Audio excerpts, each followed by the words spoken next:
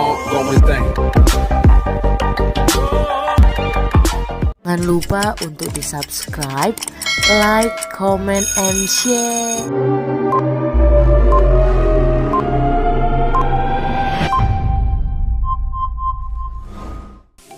Assalamualaikum warahmatullahi wabarakatuh. Saya Fauzia Farhani Hasji Habibi Samosir dari kelas 12 IPA 9 akan menjelaskan tentang geometri ruang. Yang pertama ialah kedudukan suatu titik terhadap suatu garis.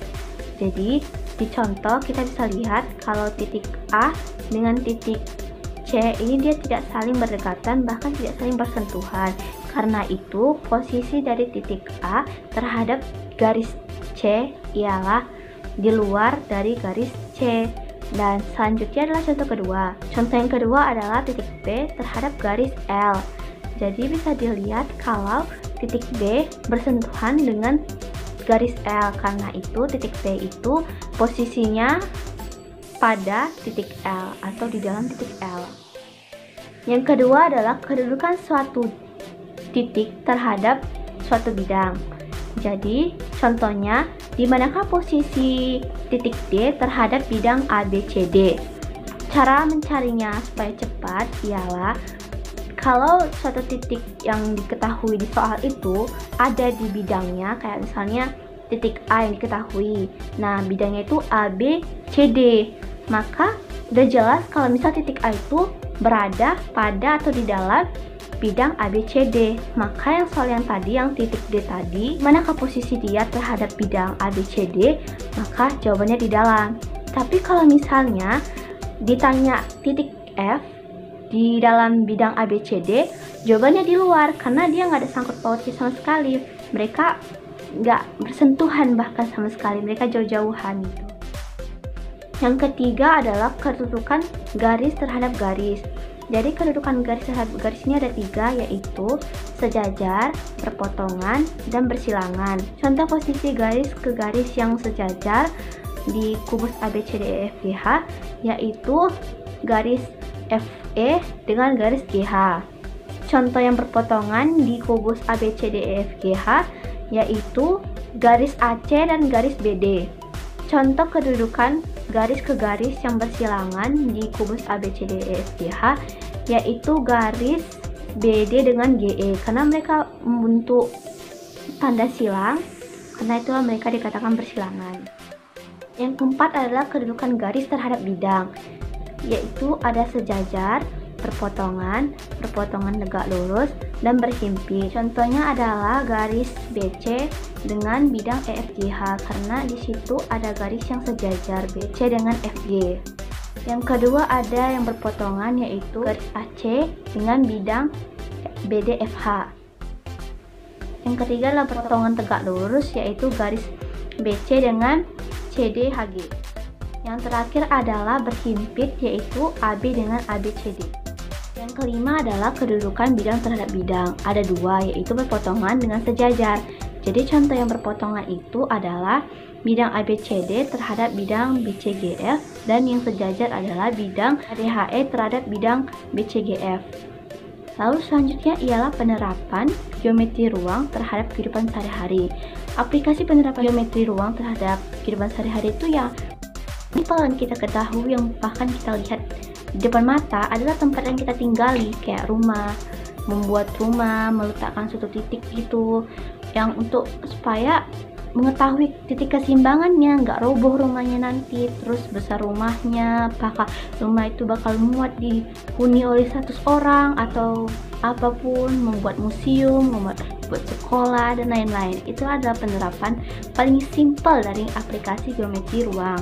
Yang lainnya juga ada, cuman saya ngambil yang paling simpel agar kita nggak mikir yang jauh-jauh gitu. Kalau matematika itu berguna untuk kehidupan sehari-hari.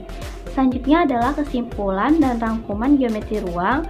Jadi geometri ruang itu pada dasarnya adalah berbicara tentang bidang. Jadi kayak ada bidang, garis, dan titik, ada jarak dan sudut juga.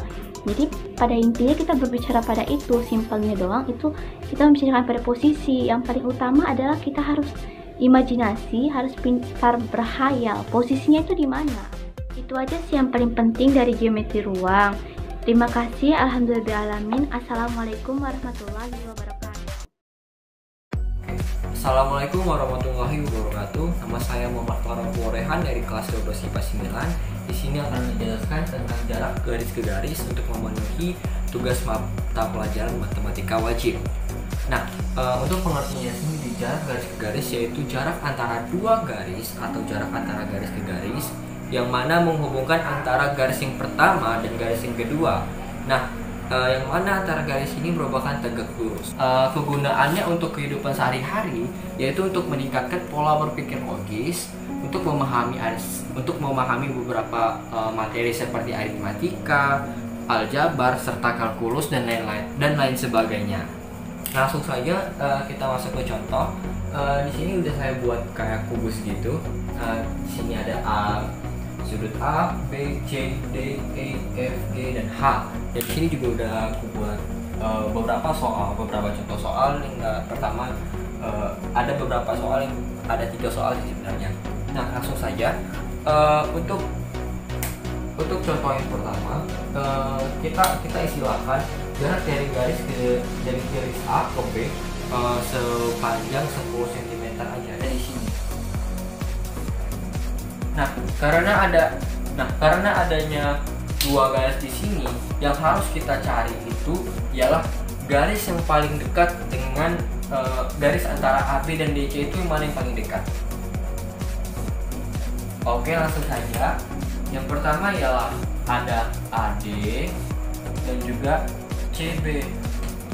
Nah, karena adanya dua garis yang saling berdekatan ini, yaitu AD dan BC, antara garis AB dan DC, maka langsung saja kita tulis di sini, yaitu sama dengan garis AD dan BC. Nah, yang mana maknanya ini ialah panjang garis ini ialah 10 cm karena kembali ke penjelasan saya tadi, semua garis yang ada di bawah, yang ada di kubus ini sama panjangnya. Maka dari itu jawabannya ialah 10 cm. Itulah penjelasan dari saya mengenai jarak garis ke garis untuk memenuhi tugas matematika wajib. Saya Muhammad Farul Rehan. Mohon undur diri. Wassalamualaikum warahmatullahi wabarakatuh. Assalamualaikum warahmatullahi wabarakatuh. Perkenalkan, nama saya Zara Zetadonita dari kelas 12 IPA 9. Di sini saya akan membahas tentang jarak garis ke garis dalam geometri ruang. Nah, jadi definisi dari jarak garis ke garis yaitu jarak antara dua garis sejajar atau bersilangan adalah panjang ruas garis yang tegak lurus terhadap kedua garis tersebut. Nah, untuk cara cepat mengingatnya adalah carilah jalan terdekat dan pastikan bahwa garis itu tegak lurus. Lanjut ke contoh soal yang pertama.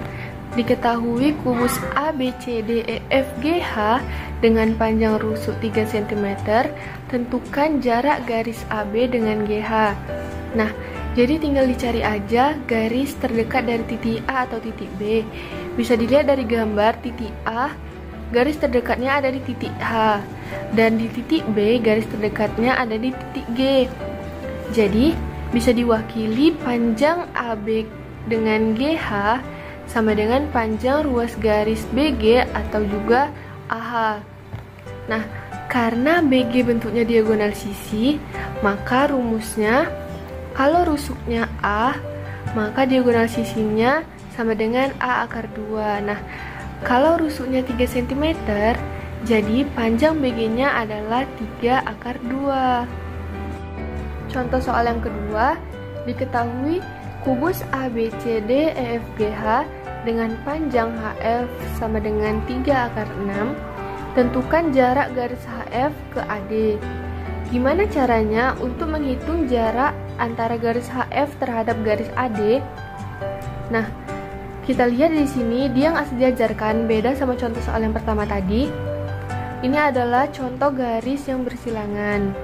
Nah, jadi garis terdekatnya hanya ada di garis DH. Di garis DH, berarti jarak HF ke AD itu diwakili oleh garis DH. Karena garis DH itu rusuknya, di soal kan nggak dikasih tahu rusuknya berapa.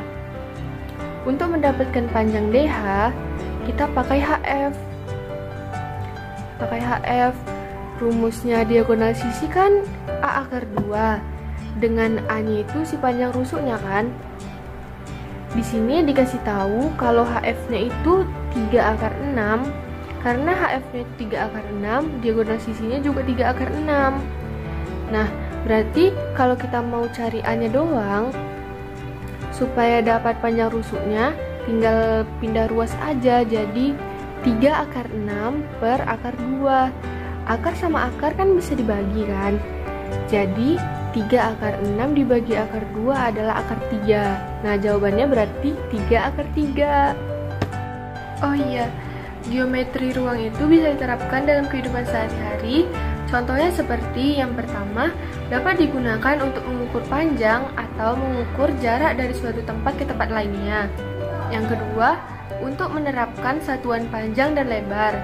Yang ketiga, berpikir geometri dan visual dalam seni, desain, arsitek, grafik, animasi, serta puluhan kejuruan lainnya. Oke, assalamualaikum warahmatullahi wabarakatuh. Nama saya Aditya Dava Pamudi dari 12 IPA 9 akan menjelaskan tentang geometri ruang. Guru pembimbing saya adalah Ibu Mia Landa. Ibu Mia Yolanda Siregar. Geometri ruang terbagi dua jenis, yaitu bangun ruang sisi datar dan bangun ruang sisi lengkung. Bangun ruang sisi datar terbagi menjadi 4 lagi: kubus, balok, prisma, dan prisma. Kalau di bangun ruang sisi lengkung ada kerucut, tabung, dan bola. Nah, yang kita bahas adalah sudut dengan jarak. Jarak terbagi lagi menjadi 6. Titik ke titik, titik ke garis, titik ke bidang, bidang ke bidang, garis ke bidang, garis ke garis. Nah, di sudut juga terbagi lagi, tapi menjadi 3. Garis dengan garis, garis dengan bidang, bidang dengan garis. Oke, yang kali ini aku bahas itu titik ke titik. Nah, jarak titik ke titik, misalnya ada titik A, titik C. Nah, kita garisin itu dari titik A ke titik C. Itu namanya dari titik ke titik. Jarak dari titik ke titik, misalnya dari rumah makan Padang ke Mandua. Nah, dari titik ini Mandua, ini rumah makan Padang. Kelewatan nih, kita gabungin udah jadilah itulah titik ke titik. Apa lagi? Assalamualaikum warahmatullahi wabarakatuh. Saya Loni Rizky Ahda Irena dari 12 IPA 9. Pada video ini saya akan membahas tentang geometri ruang atau juga bidang 3 dimensi. Jadi pada geometri ruang ini membahas mengenai pengukuran yang dilakukan terhadap bangun ruang. Dan bangun ruang ini terbagi 2, ada bangun ruang sisi datar ataupun sisi lengkung. Bangun ruang sisi datar terdiri dari kubus, balok, prisma, dan prisma.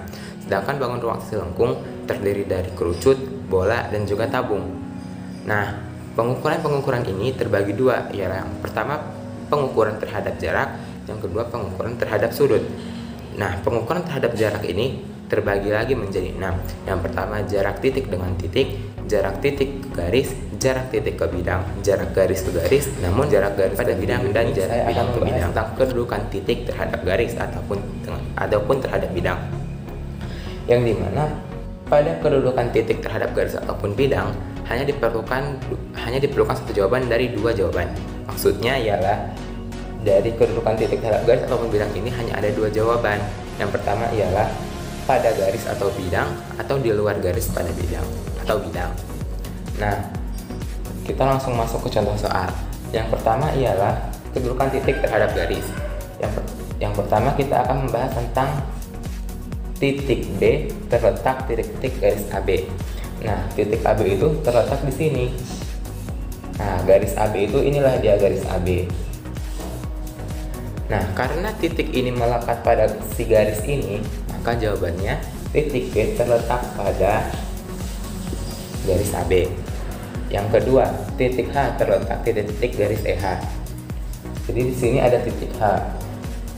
Nah, inilah dia garis EH. Nah, karena ini juga melekat pada si garis EH, maka titik H terletak pada garis EH. Yang ketiga ialah titik F terletak di titik garis BC. Titik F itu berada di sini. Sedangkan garis BC adanya di sini. Nah, titik F terhadap garis BC ini tidak melekat, yang berarti jawabannya ialah titik F terletak di luar garis BC. Lalu yang kedua, kita membahas tentang kedudukan titik terhadap bidang. Yang pertama ialah titik E terletak di titik bidang ABC. Nah, di sini adalah titik E. Bidang ABC-nya itu yang ini. Nah, jadi jawabannya ialah karena titik E berada jauh dari bidang ABCD, maka jawabannya titik E terletak di luar bidang ABCD. Yang kedua ialah titik C terletak di titik bidang BCFG. Titik C itu berada di sini dan bidang BCFG itu yang ini. Nah, karena titik C melekat pada bidang BCFG, maka jawabannya titik C terletak pada bidang BCFG. Nah, yang ketiga itu ialah titik D terletak di titik bidang ADHE. Nah, ini titik D bidang ADHE itu yang ini. Nah, titik D ini juga melekat pada bidang ADHE, maka jawabannya titik D terletak pada bidang ADHE. Nah, begitu juga seterusnya, begitu juga dengan titik yang lain. Nah, sekian dari penjelasan saya. Mohon maaf bila ada yang kurang atau yang salah. Sekian dari saya. Wassalamualaikum warahmatullahi wabarakatuh.